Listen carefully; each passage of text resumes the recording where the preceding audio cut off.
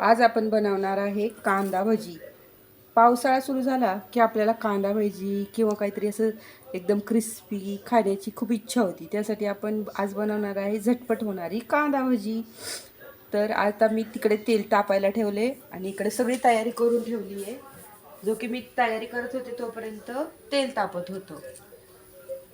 बघा मी इथं घेतलं आहे ओवा, एक पाव चमचा सोडा, मीठ, आलं, लसूण, हिरवी मिरचीची पेस्ट, कोथिंबीर आणि कांदा आणि हे आहे बेसन पीठ। तर मी हे सगळे पदार्थ त्यात टाकून घेणार आहे। ओवा, सोडा, मीठ आणि आलं, लसूण, हिरवी मिरचीची पेस्ट आणि हे मी टाकणार आहे कांदा। मी हे मिश्रण भिजवतपर्यंत तेल तिकडं आपलं तापतंय खूप छान।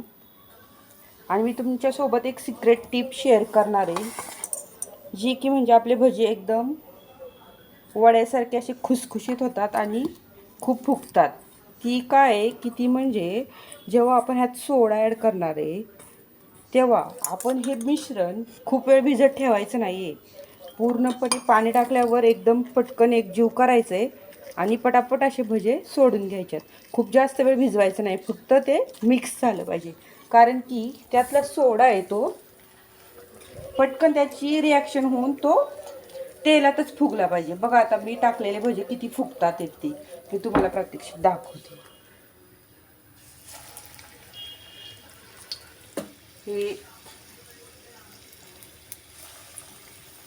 मी आता तुमच्यासाठी एक 3-4च भजी काढून घेते आणि मी दाखवते किती फुगलेत भजी आपली।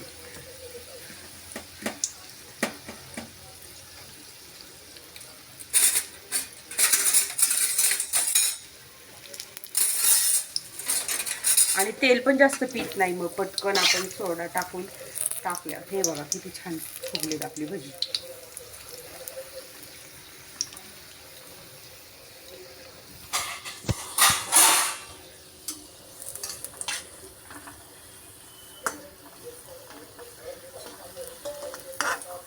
हे बघा